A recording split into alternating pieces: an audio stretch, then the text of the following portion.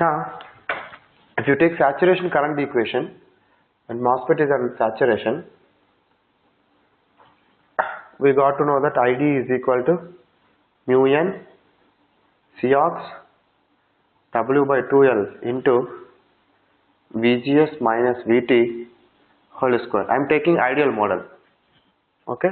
Majority of the time people take ideal model, which is nothing but voltage control current source.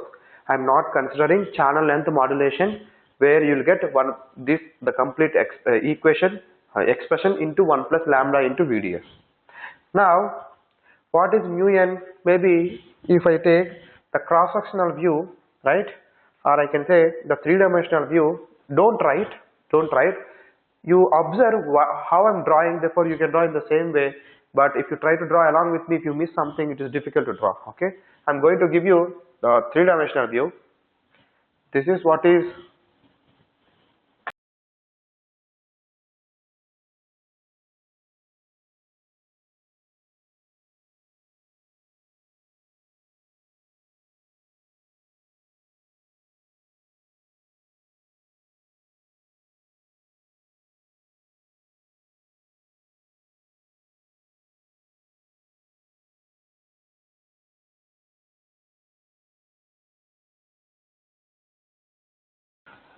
SiO2 or field oxide, and this is what is the gate. Now, if I continue in three-dimensional view,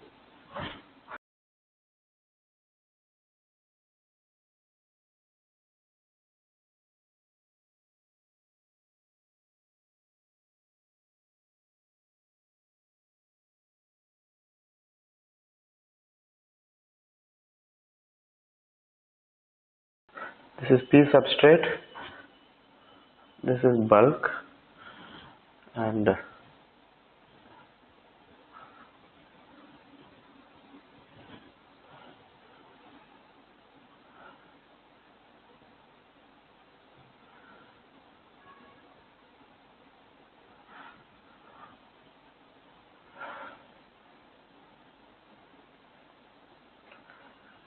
I guess you are able to visualize this in three-dimensional view. Okay.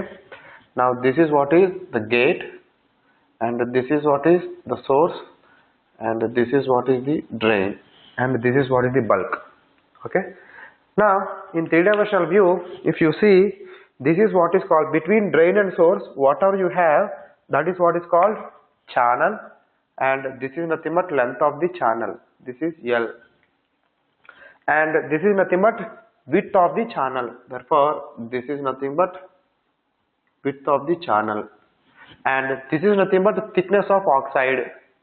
This is thickness of oxide, Tox.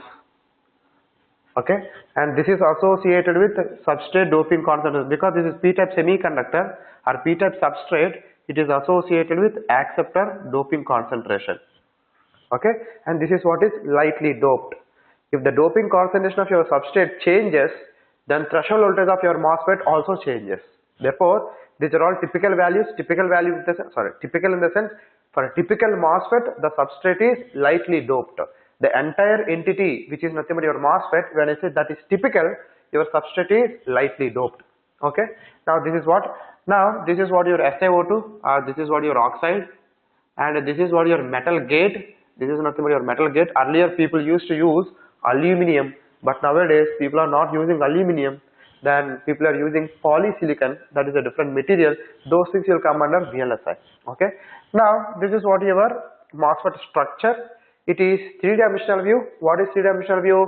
It is having length in your two-dimensional view, where you have this, and then thickness of your substrate, and width, that is also there. Then what do you mean by cross-sectional view? Cross-sectional view or two-dimensional view or top view, all are same.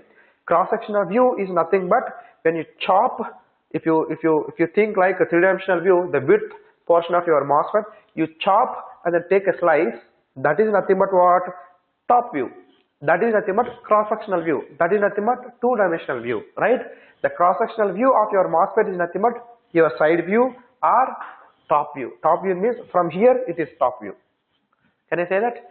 Then If this is what is the case, in the case of cross-sectional view, whatever I had given before, there W was not there, right? Just to show what is W, I have given you three-dimensional view. If I say this is what is your three-dimensional view, right? And remember, Cox. What is Cox? Let me tell you. If you typically your source is connected to bulk, and bulk is always connected to ground. Your bulk is always connected to ground. Why? Because this is nothing but a PN junction diode, which is connected to bulk. This is also a PN junction diode. Why PN junction diode? Actually, many PN junction diodes. This is N and the substrate is P, and this is N. This is what is substrate P. Therefore, now if bulk is not connected to ground, if bulk is connected to some voltage, then if source is connected to ground, let us say, then your N is connected to ground and P is connected to some voltage, then this will be in forward bias. When this PN junction diode is in forward bias, there is some leakage current through substrate. Those are all called substrate unnecessary current, which we don't want. To avoid that current, which is forward bias current, if you connect bulk to ground, always the P of PN junction diodes formed by your source and drain, then that will be always, those will be always in reverse bias. If those PN junction diodes are always in reverse bias, then if source is either 0 or positive voltage or drain 0 or positive voltage, always, but remember the voltage whatever you have, when I say 0 volt, the lowest voltage to be 0 volt for source and drain. Therefore, in circuit whatever lowest voltage you have, that should be applied, then the source, drain, gate all will be applied more than the lowest voltage only. That is what is the assumption. Then this is what is the case, always this will be in reverse bias. Okay, it won't be, not always. Definitely these PN junction diodes will not enter into forward bias, then unnecessarily the current will be flowing, that won't be there. Okay, and typically your source is connected to ground, typically, but not necessarily. Typically source is connected to ground. Whenever I speak about gate to source voltage, strictly speaking, gate to bulk voltage. And when I say the capacitance between gate to source, that is nothing but capacitance between gate to bulk. Strictly speaking, the capacitance CGB. And tell me, if you have parallel plate capacitor, if you take parallel plate capacitor, let us say this is what is a parallel plate capacitor, and having area of cross section, this is what is having some area of cross section, and distance between the plates is the D, then what is the capacitance? C is equal to epsilon A by D. This is what your capacitance. Similarly, if you ask me the capacitance between, because this is a plate having area of W into L, and this is nothing but thickness of oxide, and this is what your substrate, you treat this substrate as another plate but semiconductor plate, and you take this metal gate as one plate which is metal gate. Therefore metal gate and semiconductor plate, in between you have dielectric material which is nothing but an insulator, that is SiO2, right? And if you take the same formula, then tell me what is your CGB? The CGB, gate to bulk capacitance, is equal to epsilon of the material which is what is present between the plates, that is nothing but oxide. People call this as epsilon ox, into area of the plate. What is area of the plate? W into L. This is nothing but L into W. This is nothing but W into L divided by distance between the plates, that is nothing but thickness of oxide. That is nothing but thickness of oxide. Remember, this is what is the capacitance associated to the MOSFET, which is nothing but epsilon ox into WL divided by thickness of oxide. Now, if you take a design using MOSFET, different transistors may have different W. Then if different transistors having different W or different W by L, then you will have different area, then different capacitance. And then defining or finding different capacitance is difficult.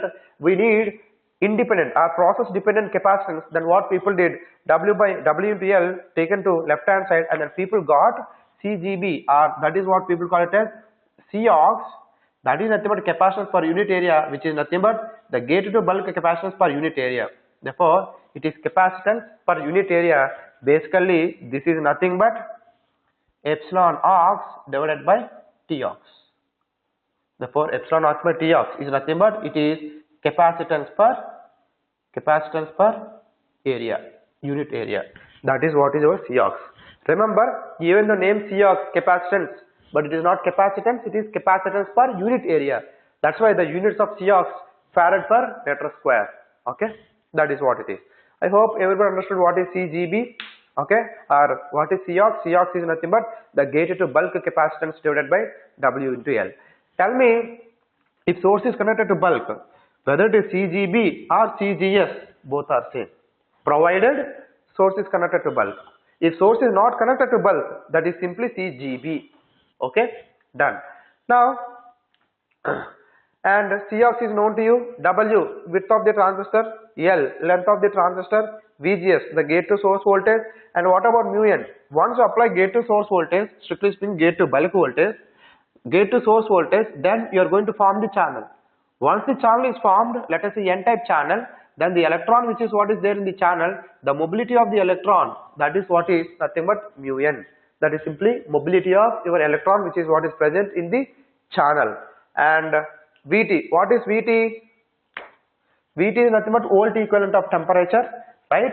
Then if you ask me what is Vt, Vt is nothing but minimum gate voltage, minimum gate to source voltage is required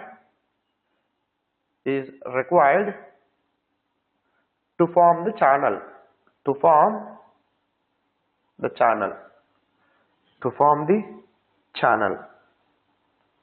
That is what is minimum voltage. It will be like 0.5 volt, that depends on the process, okay, and 1 volt or 2 volt, etc. Maybe it's not required, but if you ask me what is the Vt formula based on the device operation, right, it's not required to remember, but I can explain few things. 2q epsilon s Na into phi t, this is not required I'm saying, but I'm just giving you, maybe when you enter into higher education you need to derive this, okay. Now into 2 into phi t, where phi t is work function, therefore where phi t is nothing but volt equivalent of temperature which is kT by Q into ln Na by Ni. I think you know everything, right? Therefore what is Vt here? 2q, Q is nothing but charge of the electron, epsilon s, permittivity of silicon, epsilon ox, permittivity of oxide, epsilon s, permittivity of your silicon, that is what epsilon s, Na, your substrate doping concentration, phi t, that is called work function, divided by capacitance per unit area plus 2 into work function. What is that work function? Vt, volt equivalent of temperature, into ln Na divided by Ni, which is intrinsic carrier concentration. Therefore what I want to say, your Vt is depending on substrate doping concentration, your Vt is depending on capacitance, or I can say the thickness of oxide. Your Vt is depending on intrinsic carrier concentration or temperature. Therefore here also it is depending on temperature. Therefore ultimately I can say your Vt is function of, therefore I can say it is function of temperature and function of thickness of oxide and function of doping concentration. What else? Therefore if you have more thickness of oxide, qualitatively I can explain, if you have more thickness of oxide, then whatever gate to source voltage or gate to bulk voltage you apply, that electric field, vertical electric field, to attract the electrons to form the channel, if thickness is more, then the strength or the electric field force onto the minority carriers which are there in the substrate, to attract them is difficult. Therefore we need more voltage to attract the carriers if you have more thickness. If you need more voltage to attract the carriers to form the channel, is nothing but we need more threshold voltage. Therefore your threshold voltage, the minimum gate to source voltage required to form the channel, we need more voltage to form the channel if you have more thickness of oxide. Therefore your Vt, the threshold voltage, is function of thickness of oxide, and your Vt is function of Na also. As I told you, if you have more doping concentration, your minority carrier concentration decreases, because according to law of mass action which I explained in the last sessions, then N into P is equal to Ni square. Then if you have more doping, then minority carrier concentration decreases, because when minority carrier concentration decreases, which are nothing but electrons, then those electrons are participating to form the channel, because we want N channel from the P substrate. Gate to source voltage is helping us to get N channel. Therefore if minority carriers are decreasing, then we need more and more voltage to form the channel, because it has to collect so many carriers. If you have few number of carriers, then your threshold voltage also depending on Na. and at the same time your threshold voltage is also depending on temperature. If temperature increases, the minority carrier concentration will increase, then what will happen? The gate to source voltage, the amount of gate to source voltage required to form the channel will be decreasing. Basically your threshold voltage will decrease. Okay, whatever it may be, your threshold voltage is depending on all these three parameters. Okay, this is what people call thickness of oxide and the doping concentration. This is nothing but a process. This is nothing but your process and temperature. Therefore, your VT is depending on process variation, and depending on temperature. Okay, take it. Now let me correlate between BJT to MOSFET.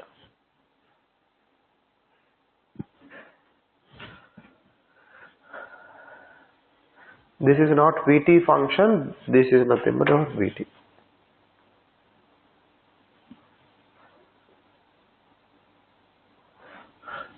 And this is what is surface mobility. It is different from bulk mobility. There is something called bulk mobility and surface mobility. Bulk mobility is nothing but if you take p-type semiconductor, the carriers or n-type semiconductor, the electrons, whatever mobility they have, that is what is called bulk mobility. But here this is surface mobility because all the electrons are sticking to the interface. They are trying to stick to the interface, and then surface of your SiO2 or surface of your silicon. Therefore, surface mobility which is lesser than your bulk mobility, and then Cox, capacitance per unit area, W, L, threshold voltage. Therefore, you know ID. Therefore, your ID is function of all those parameters. Geometry plus threshold voltage, and ultimately threshold voltage is depending on process and temperature.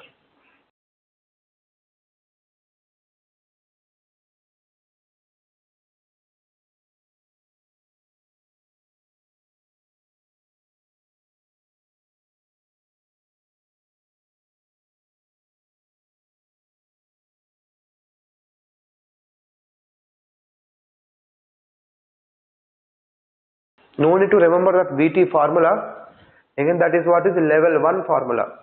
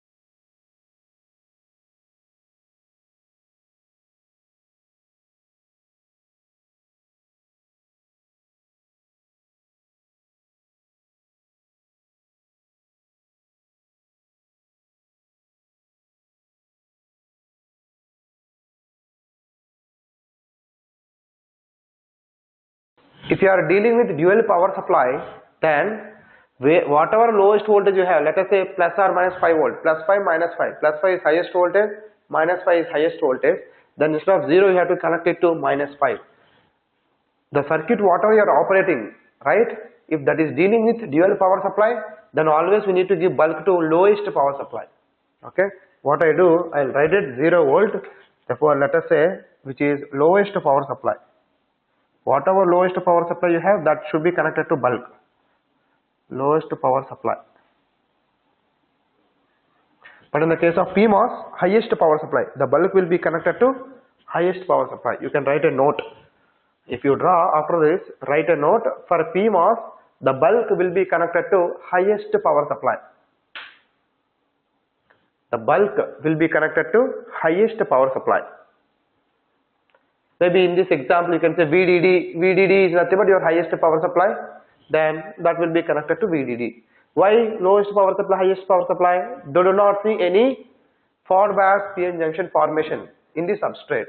If you see forward bias PN junction formation in the substrate, you see huge currents which we don't want.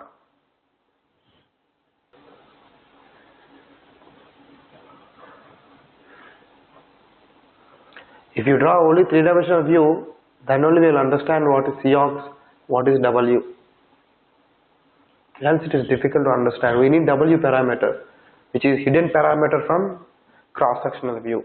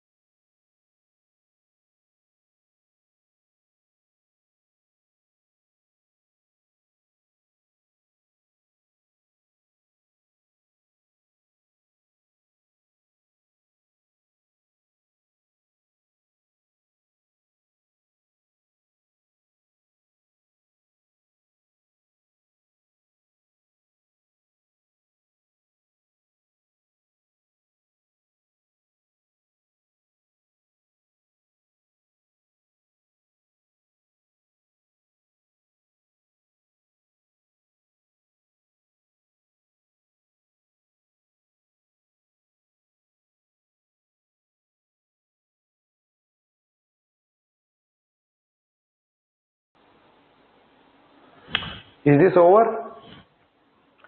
Okay. Now let me try to correlate between BJT and the MOSFET. It is easy for you.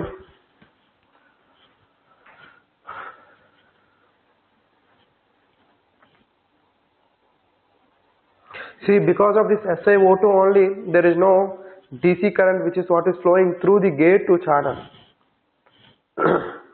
But in the case of BJT, that was base, we have PN junction diode, therefore there is a current which is what is flowing through the base. But here there is no current. But the gate to source voltage, the gate to bulk voltage is the one which is defining the current through drain to source. Okay, that's why this is voltage controlled current source.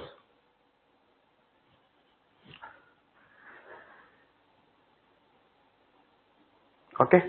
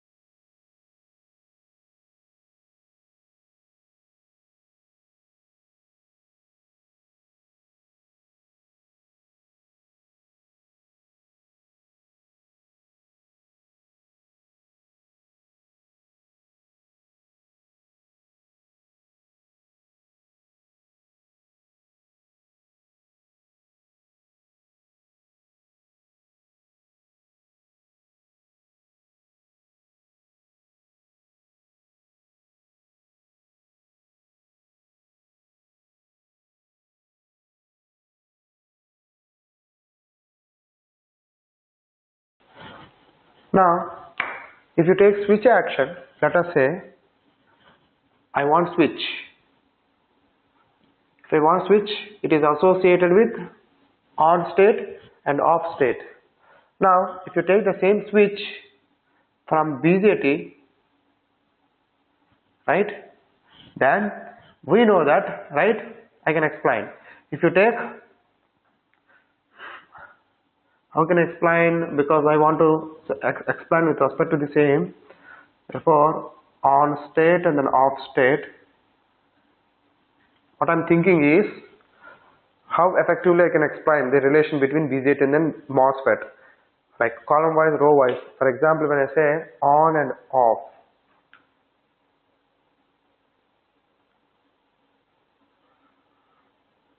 okay, now this is what is our BJT and this is what is our MOSFET, right? Now number one, this is what is the state, which is nothing but on state. Okay, Now let us say I want to know on state. Okay, therefore if you take your BJT, what is that on state?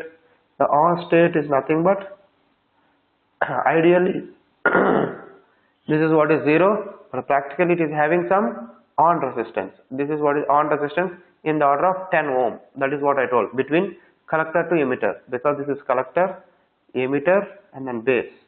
This is collector and then emitter, right?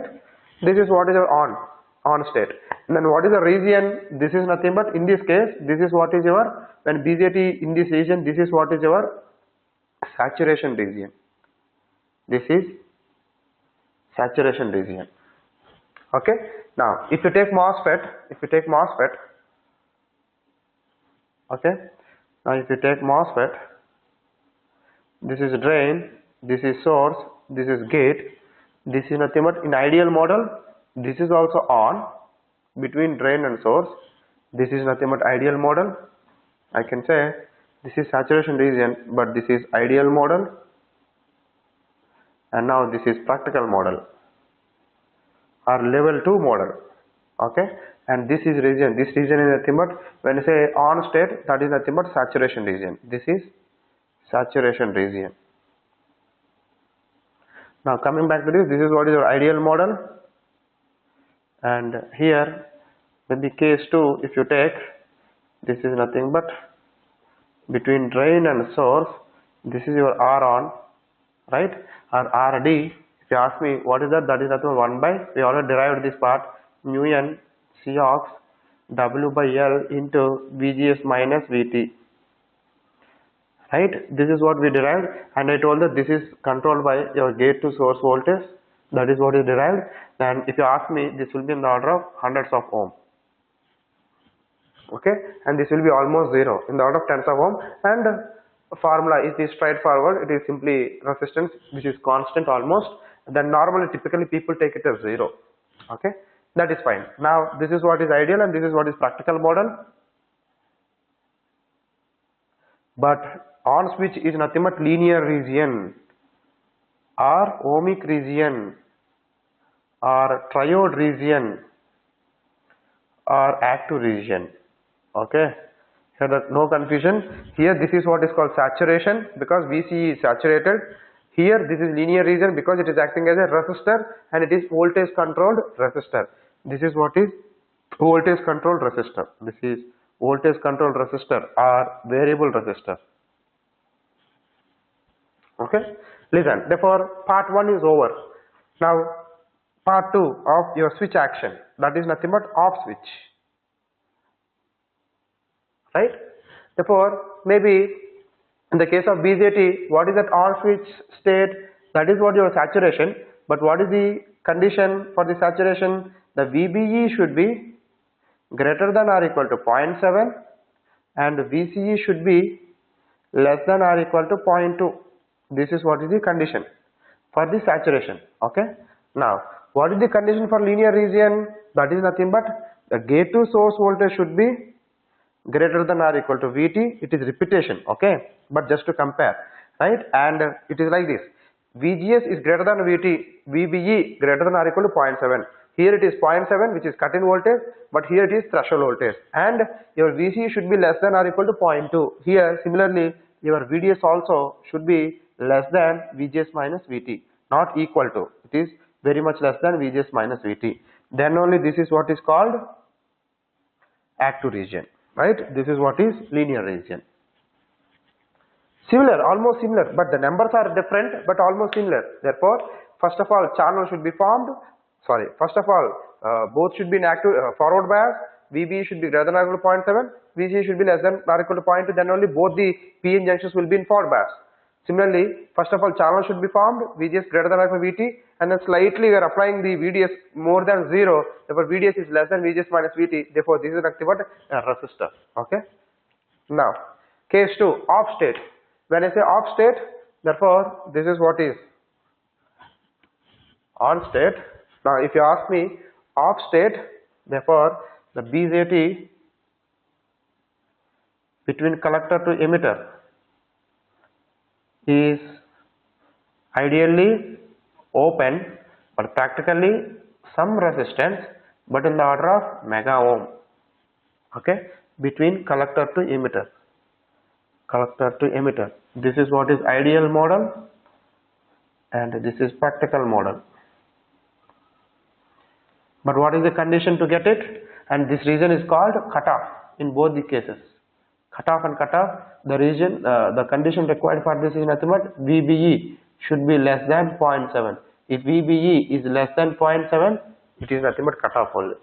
Now, coming back to MOSFET, therefore off state. If you ask me off state, therefore if you take your MOSFET, this is drain, this is source, and then a gate. This is nothing but almost open. The channel is not having anything, but because of reverse bias, PN junction diode, which is what is there in the channel, which I have shown before, right? There is some leakage current. This is what is our ideal model. This is ideal model. But if you consider practical model, drain, source, this is also in the order of mega ohm. This is what is your practical model, right? Then this is also called cutoff state. This is also called cutoff state. But what is the condition? The gate to source voltage. Here the VBE less than 0.7, but here gate to source voltage less than threshold voltage. This is what is the condition for your cutoff state. Okay, write down. Then I'll give you, this is what is switch action. Then I'll give you amplifier. Amplifier is nothing but your current source action. If you want to get amplification action, we want current source from the device, remember, not simply current source. We want voltage dependent current source or current dependent current source, something, but output side it should be a current source. That's why if you take BJT or MOSFET, output side both are current sources, but the current value is controlled by either input voltage or input current. That is what it is. Okay, take it.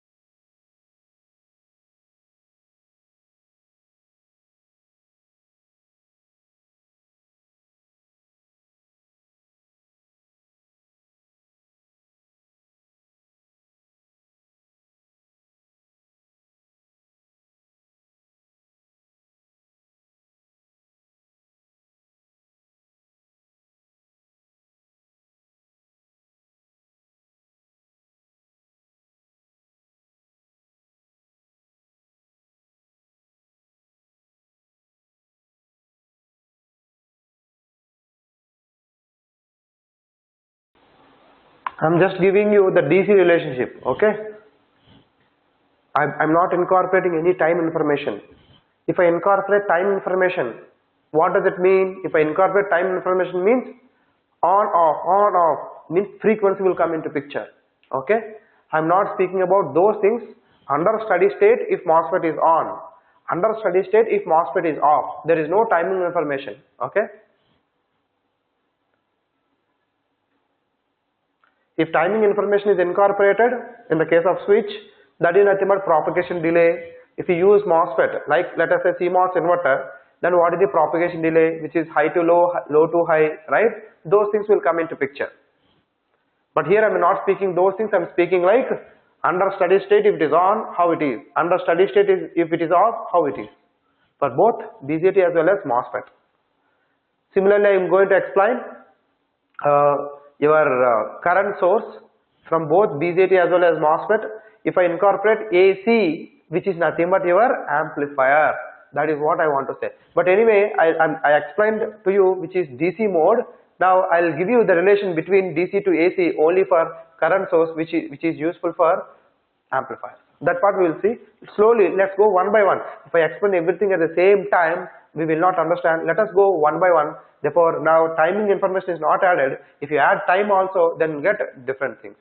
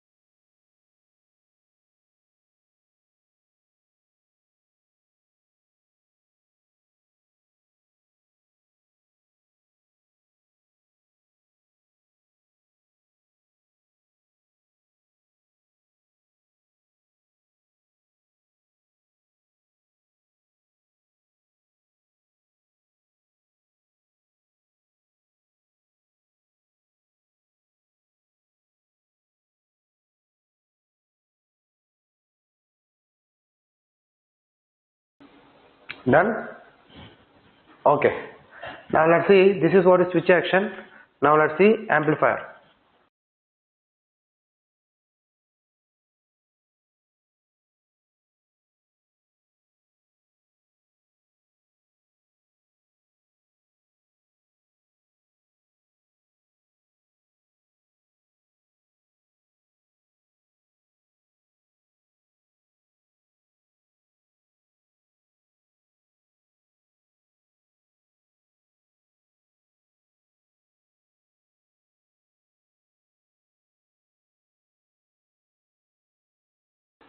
Now amplification.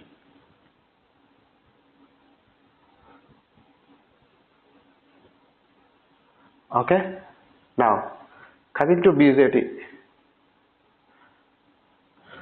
right? Then this is what is our the device, the terminals. Therefore, tell me, when this is what is amplifier, it should be a current source. We know that it is a current source between collector to emitter, but the current is controlled by the base current.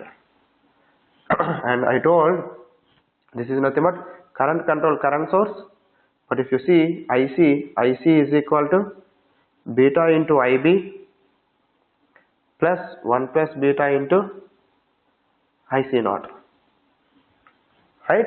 Therefore, what is this region? Therefore, when I say BJT, this is nothing but this is what is called active region. Therefore, only when BJT is configured in active region, then only it will act as a current source. I want current source, right, at the output terminals with respect to input parameter. Input parameter is IB. Therefore, IC is equal to beta into IB plus 1 plus beta into IC naught. Therefore, this is basically function of base current. Therefore, input current is controlling your output current. Now, this is what is your ideal model. When I say this is what your ideal model, and now if you consider practical model, what is practical model? In the case of practical model, I told you we have internal resistor also. This is collector and emitter, but this is still controlled by your input base current. But we have some output impedance, let us say R naught, right? The internal resistance of your that, because it is a current source, the internal resistance are equivalent resistance. We should represent with dynamic resistance because current source is non-linear, which we had seen before. Okay. Now here also, but this is practical. This is practical current controlled current source. This is ideal current controlled current source. Okay, this is what is practical current controlled current source, and this is ideal current controlled current source. Then if you ask me what is IC in this case, IC is equal to beta into IB plus 1 plus beta into IC naught, right? Plus this is what is the current. Then on top of this whatever you have something, therefore you can say plus something, some K into VCE, some K into VCE. K is some independent parameter. Then but whatever may be here, it is depending on IB and at the same time depending on your VCE also, but mainly it is depending on IB. But from KCL also I can say what is this current IC, this is what your IC current, this is what your IC, right? What is that IC? IC is equal to this current plus this current, and this current is controlled by what? VCE. Therefore this current which is what is flowing through R0 is nothing but VCE divided by R0. Therefore that is what your total current. This is what is practical current source. Okay, now coming to, therefore this is nothing but your, I can say,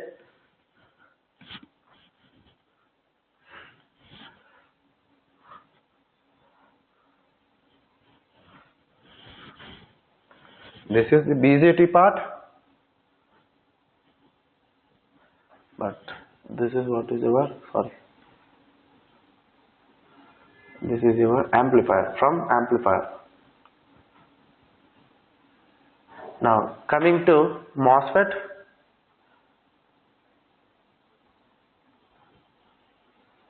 right? Now this is what, now if you ask me this is what is the symbol of MOSFET: drain, source, gate, right? Now what is this?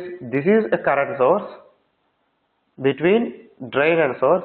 But what is the reason here? When I say this is what is active region, this is active region, but the MOSFET is saturation region to get current source action. Okay, now but this current is controlled by gate to source voltage. Therefore I can say this is nothing but ideal voltage controlled current source. This is ideal voltage controlled current source. And if you ask me what is ID with respect to that, then we know that ID is equal to mu n Cox W by 2L into VGS minus VT whole square, right? Then I can say this is nothing but a function of VGS. Okay. Now if you consider practical current source, we know that practical current source will have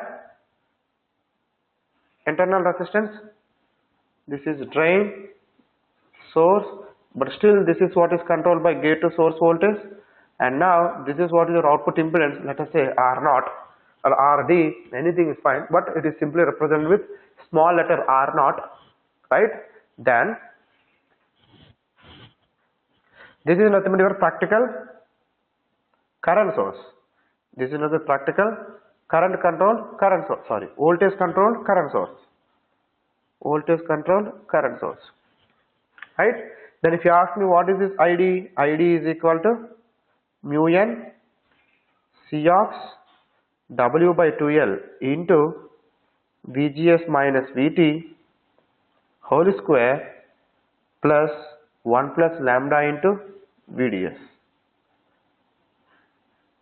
This is what is ID. Now if you say that is because of Charge length modulation, therefore this is because of gate to source voltage and output voltage VDS also. Output voltage VDS also. Therefore if you ask me, right, if I combine these two, ideal as well as practical scenario, right, x-axis, when I say this is what your VCE, right, and let us say this is what is VCE sat, this is what people call it as VCE sat, the saturation voltage, which is 0.2, then you will get currents something like this. This is what is, let us say, IB1, IB2, IB3, y-axis is nothing but your IC. This is what your ideal current, but due to base width modulation, your current is also depending on your VCE, because of practical current source, right? Therefore, it will not give always beta into IB plus something because of VC. If VC changes, the current which is flowing to R0 is changing. Therefore, IC also changes, which I already explained before. Therefore, here the current is increasing slightly. That is due to base width modulation. Therefore, all these things are due to base width modulation. Similarly, if you ask me in the case of MOSFET, right? Now this is what your VDS output characteristics and this is what is ID, right? Then this is nothing but your VGS minus VT and all, right? If I take this is what is VGS minus VT, if I take this is what your VGS minus VT, then, but strictly speaking, I should not draw like this because it is a variable. When VGS is changing, that VGS minus VT will change. I cannot take something like this, but that is the reason why there is a difference. This is what your VDS, right? You will have like this. This is what is, let us say, VGS1, VGS2, VGS3, because the saturation voltage is different. Because the saturation voltage is different depending on VGS minus VT. The saturation voltages are depending on VGS minus VT. Three different values which we are having different saturation voltages, ID. But remember, once they are entering into saturation, then there is a current change that is due to channel length modulation. Therefore, all these things, instead of getting constant current, and we are having VDS dependency also. Therefore, all these things are due to channel length modulation. With this, I can say this is what is completed, the comparison between BJT to MOSFET. Then, from this onwards, we can start our BJT amplifiers. Okay. I can say chapter 1 is over. Now we can start maybe from next session onwards we can start chapter 2, which is nothing but BJT amplifiers. Okay.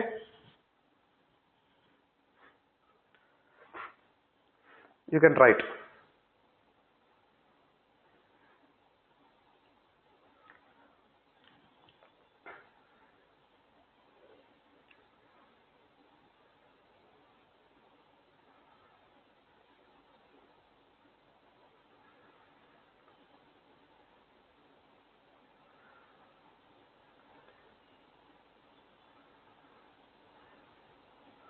Base width modulation and channel length modulation, those are all coming from device operations, okay, which we cannot avoid.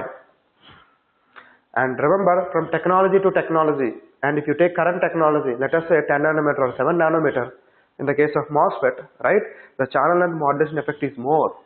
And these are all called non-linear effects. These are all called non-linear effects or second order effects or higher order effects, which we don't want, but ultimately because of higher order effects, which we don't want, one of them is channel length modulation, but there are many which we don't need currently in our syllabus. Maybe when you enter into higher education, we need all those things, but these higher order effects are making the design difficult. Okay.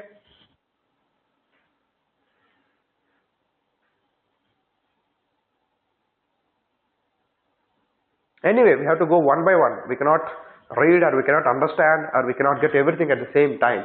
We have to learn anything step by step. But once whatever you learn, step 1, it should be pakka. If you understand the step 1, then we should not be having any doubt in step 1. Then if you go to step 2, then that is straightforward.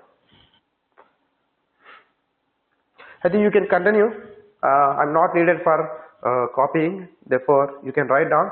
Maybe the session will continue for 3-4 minutes. You can continue, and we will start the next session, that is chapter 2, BJT amplifiers. Okay, thank you.